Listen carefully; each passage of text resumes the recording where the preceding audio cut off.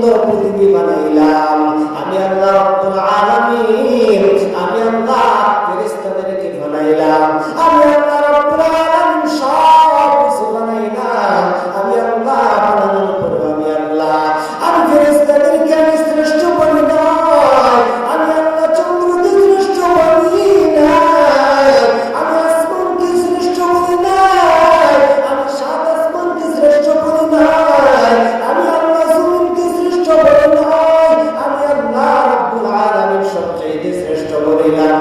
কেন বলেছি? তাদেরকে বলেছি এই বান্দা ইমানদার মুসলমান বান্দাদেরকে শ্রেষ্ঠ বলেছে।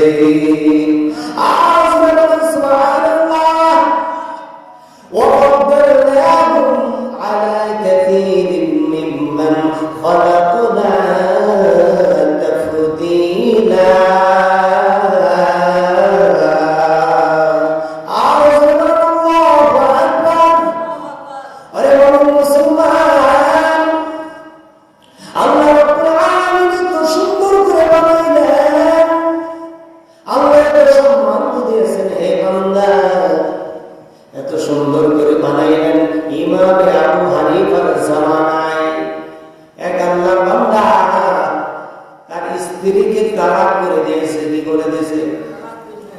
স্ত্রীকে বলে, ও প্রাণের স্ত্রী, তুমি যদি আসমানের চাইতে সুন্দর না হও তাহলে তুমি তারা। আসমানের চাইতে কি সুন্দর, আসমানের চন্দ্র চাইতে যদি সুন্দর না হও তাহলে তুমি তারা। এবার তারা হয়ে গেল, এবার কি হয়ে গেল? মহিলা ভাবতেছে আমি তারা হয়ে গেলাম, কারণ কোরআনের জ্ঞান নাই। তো মহিলা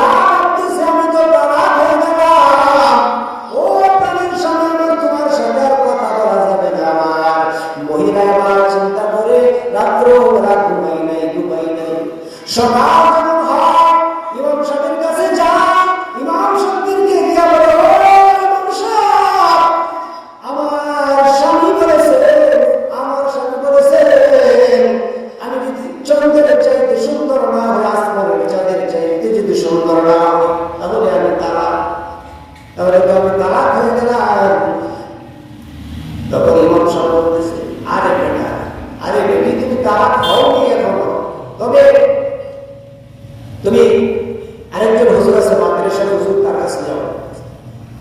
মাদ্রাসার হুজুরের কাছে দৌড়ায়, মহিলা যখন দৌড়ায় মাদ্রাসার হুজুরের কাছে যায়, মাদ্রাসার হুজুরের কাছে গিয়ে বলে, আমার স্বামী বলেছেন আমি আসমানের চাঁদের চাইতে যদি সুন্দর না হয় তাহলে আমি তালাক হয়ে যাবো, আমি তালাক, আমি তালাক।